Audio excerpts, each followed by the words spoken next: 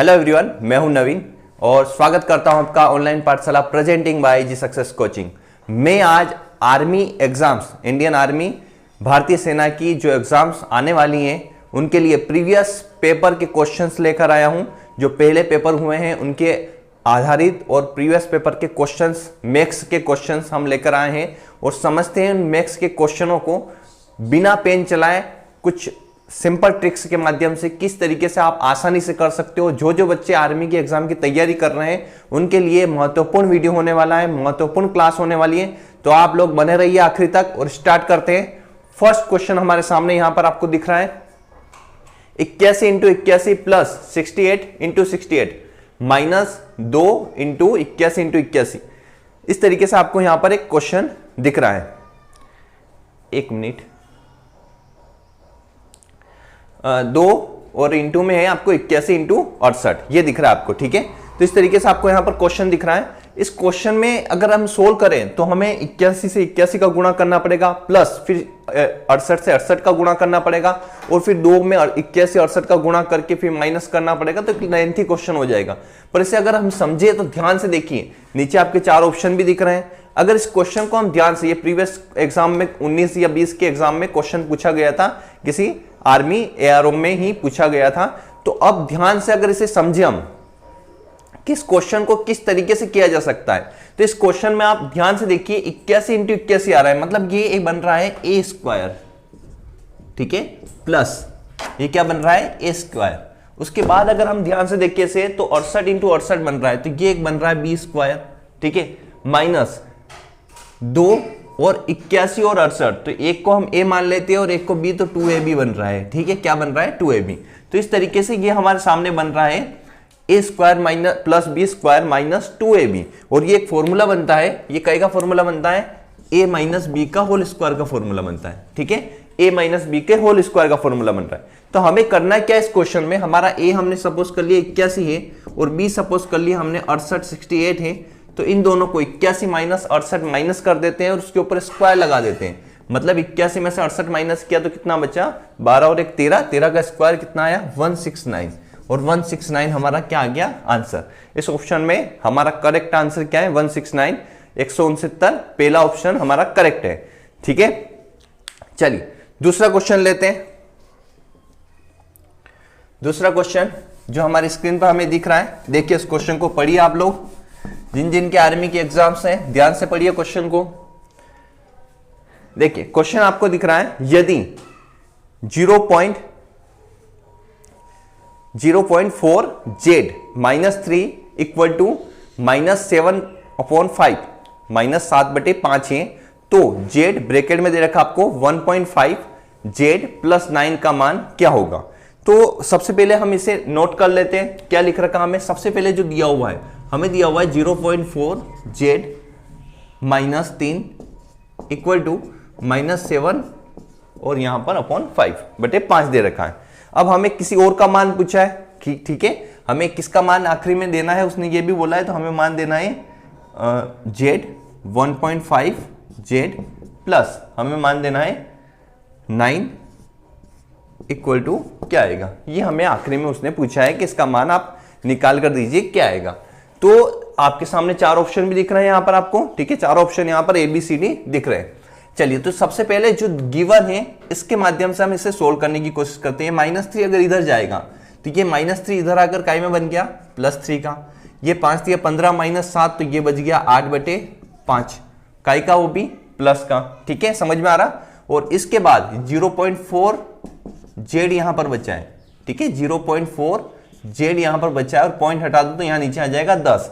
इस पूरे को हम सोल्व कर लेते हैं, ये 2 हो गया, 5 से ये 2 हो गया और 2 और 2 z की वैल्यू कितनी आई हमारे पास 4, और z की वैल्यू जैसे ही यहां पुट करता हूं मैं 1.5 z की वैल्यू हमारे पास 4 आई है प्लस 9, और z की वैल्यू ऑलरेडी कितनी थी हमारे पास 4। तो यहां पर सोल्व कर लेंगे, 15 चौक 60, मतलब 6 बच जाएगा, पॉइंट से कैंसिल हो जाएगा, और 6 और 9 कितने हुए हमारे पास बताइए जल्दी से 15, और 15 में 4 का मल्टीप्लाई होगा तो ये हो गया हमारे पास 60। क्या आंसर आ रहा है हमारे पास 60 आ रहा है। अब देखिए 15 चौक 60 आ गया। अब 4 ऑप्शन में 60 हमें कहां दिख रहा है, हमें इन 3 ऑप्शन में तो नहीं दिख रहा है, तो हमें कौन सा ऑप्शन लगाना है, नॉन ऑफ दिस का चौथा ऑप्शन इसके लिए करेक्ट आंसर होगा। ठीक है, चलिए अगले क्वेश्चन की ओर बढ़ते हैं।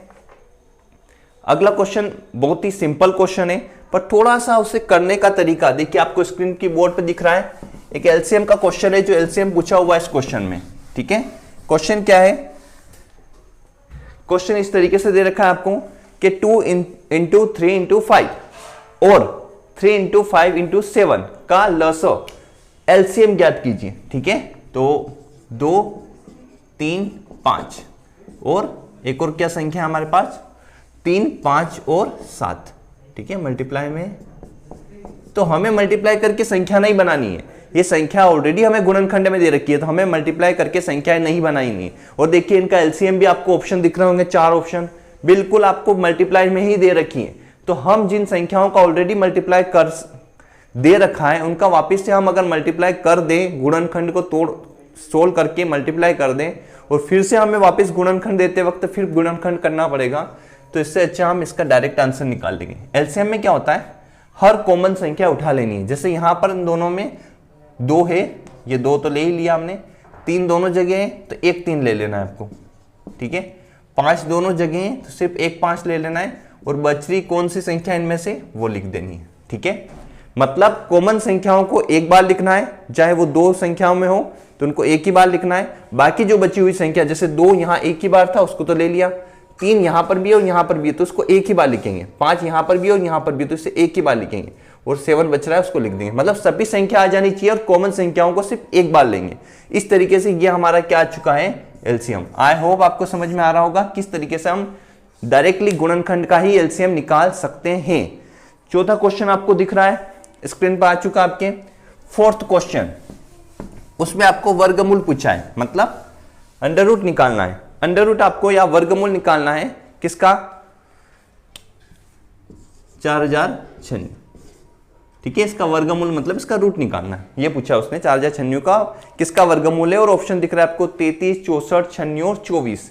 इस तरीके से आपको ऑप्शन दिख रहा है। देखिए वर्गमूल निकालने का एक सीधा सा फंडा तरीका बताता हूं मैं आपको। ये पीछे की नंबर्स, पीछे क्या दिख रहा है आपको? 6, आखिरी डिजिट को पकड़िए, लास्ट में दिख रहा है आपको 6, और 6 किसका हो सकता है? या तो 4 चौक 16, 4 के पीछे 4 चौक 16 पीछे 6 दिखेगा, या 6 6 36, तो 6 के पीछे 6 दिखेगा। ठीक है, हमें अगर 1 से नंबर से लेकर हम 9 नंबर तक देखें, 1 से लेकर 9 तक की संख्याओं को देखें, तो किसके स्क्वायर में 6 दिखता है? एक तो 4 चौक 16 4 के में दिखता है, और 6 6 36 6 के इसमें दिखता है।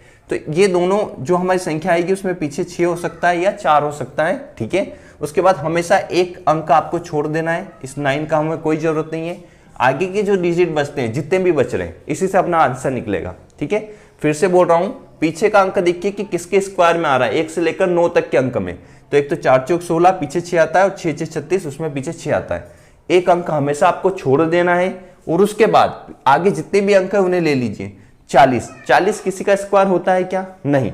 तो 40 से कम वाली संख्या देखिए जो किसी का स्क्वायर है, 40 से कम संख्या 36, और 36 किसका स्क्वायर होती है? जल्दी लगाइए, 6 का। तो आगे या तो 6 आएगा, यहां पर भी क्या आएगा? 6। तो हमारी जो संख्या है वो या तो 64 का स्क्वायर है या 66 का स्क्वायर है। और कंफर्म आपको ऑप्शन दे रहा है, देखिए यहाँ 66 तो दे नहीं रखा है, ऑप्शन में कौन सा ऑप्शन है हमारे पास? 64 ही है। तो आंसर क्या आ गया हमारे पास? 64। आई होप आपको समझ में आ रहा होगा। ठीक है, चलिए अगले क्वेश्चन की ओर बढ़ते हैं। अगला क्वेश्चन आपको स्क्रीन पर दिख रहा है। एक आयताकार मैदान है, उसका क्षेत्रफल दे रखा है 12,500 वर्ग मीटर। ठीक है, क्षेत्रफल दे रखा है 12,500 वर्ग मीटर, और आपको दे रखा है लंबाई 125 मीटर। ठीक है, और परिधि का मीन्स होता है परिमाप। ठीक है, एक ही बात होती है, परिधि या परिमाप ज्ञात कीजिए। तो आयत का क्षेत्रफल क्या होता है? लंबाई इंटू चौड़ाई। ठीक है, और लंबाई हमें कितनी दे रखी? 125। ठीक है, तो यहां से हमारी चौड़ाई निकल जाएगी, 125 से 125 कट गया, और हमारी चौड़ाई कितनी आई? 100 मीटर। तो हमारी चौड़ाई आ चुकी है 100 मीटर। अब हमें परिमाप निकालना है, तो परिमाप आयत का क्या होता है? 2 लंबाई प्लस चौड़ाई। ठीक है, तो लंबाई हमारे पास कितनी थी? 125 गिवन थी, और चौड़ाई हमने अभी निकाली 100, और बाहर क्या आ जाएगा? 2। 125 और 100 कितने हुए? 225। 225 का डबल कर लीजिए, 450 मीटर। आपका ऑप्शन दिख रहा है आपको 450 मीटर, फर्स्ट ऑप्शन ही दिख रहा है यहाँ पर, देखिए फर्स्ट ऑप्शन है 450, यही करेक्ट आंसर है। चलिए नेक्स्ट क्वेश्चन आपके सामने आ चुका है। ये क्वेश्चन वैसे तो रीजनिंग का है, ठीक है, पर आप यहाँ पर जैसे भी है आपको सोल्व करना है। एक रीजनिंग के आधारित क्वेश्चन है, कैलेंडर का क्वेश्चन है जो आपको दिख रहा है स्क्रीन पर।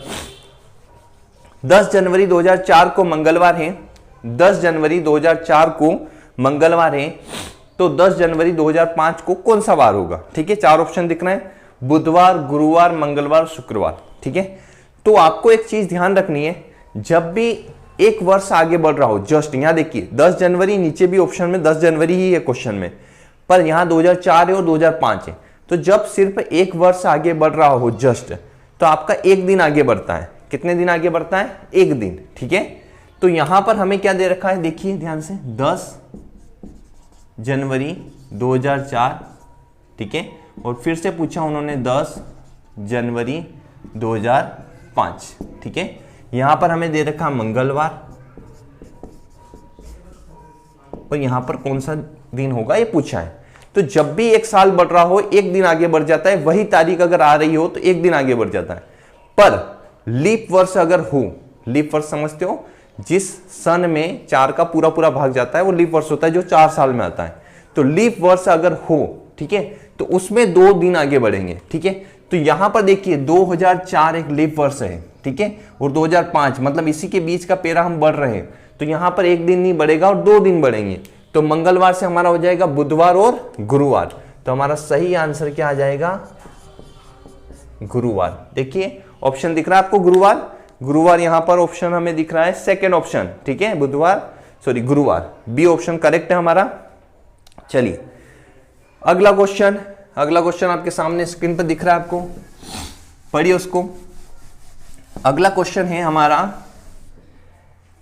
एक साइकिल सवार 1 घंटे में 12 किलोमीटर चलता है। ठीक है, 1 घंटे में 12 किलोमीटर चलता है, उसकी स्पीड मीटर पर मिनट में क्या होगी? ठीक है, 4 ऑप्शन भी दिख रहे हैं आपको। तो साइकिल सवार 12 किलोमीटर चल रहा है 1 घंटे में। ठीक है, साइकिल सवार 12 किलोमीटर चल रहा है 1 घंटे में, तो उन्होंने पूछी है कि इसकी स्पीड काई में मीटर पर मिनट में क्या होगी। तो मीटर पर मिनट में से कन्वर्ट करेंगे हम मीटर पर मिनट। देखिए ध्यान से, आपको ये ध्यान रखना है 12 किलोमीटर 1 घंटे में, चाल को ऐसे ही लिखते हैं हम, चाल बराबर दूरी बटा समय, तो इस तरीके से मैंने लिख दिया पहले तो स्पीड को। उसके बाद मीटर यहां चाहिए, तो 1 किलोमीटर में 1000 मीटर होते हैं, ये कन्वर्ट कर दिया। और 1 घंटे में क्या पूछा उसने? मिनट, नीचे मिनट आ रहा है, तो 1 घंटे में मिनट कितने होते हैं? 60 मिनट। बस अब काट दीजिए इसको, 5 और 5 से 1000 कट जाएगा 200 बार। तो हमारा आंसर क्या आ गया? आज के लिए यही क्वेश्चन है, आई होप आपको समझ में आए होंगे। आप लोगों को अगर ये से प्रीवियस क्वेश्चन चाहिए, पेपर चाहिए प्रीवियस क्वेश्चन के, पीडीएफ चाहिए, तो आप लोग इस डिस्क्रिप्शन में, वीडियो के डिस्क्रिप्शन में हमारे टेलीग्राम की लिंक दे रखी है, उस पर क्लिक कर ज्वाइन हो जाइए, ताकि आर्मी के प्रीवियस पेपर भी आपको मिल पाए और ये सारे क्वेश्चन आपको वहां पर अवेलेबल होंगे। इसकी और ट्रिक्स आपको चाहिए तो कमेंट बॉक्स में कमेंट कीजिए, आपको ऐसी और ट्रिक्स हम अवेलेबल करवाएंगे। वीडियो को सब्सक्राइब कीजिए, अगर आपने सब्सक्राइब नहीं किया हो तो सब्सक्राइब करके ज्वाइन हो जाइए, फ्री ऑफ कॉस्ट है। और लाइक कीजिए और शेयर भी कीजिए, जो मित्र आपके आर्मी की तैयारी कर रहे हैं उनको शेयर कीजिए, ताकि अधिक से अधिक बच्चों की मदद हो पाए। ठीक है, ओके, थैंक यू, जय भारत, जय हिंद।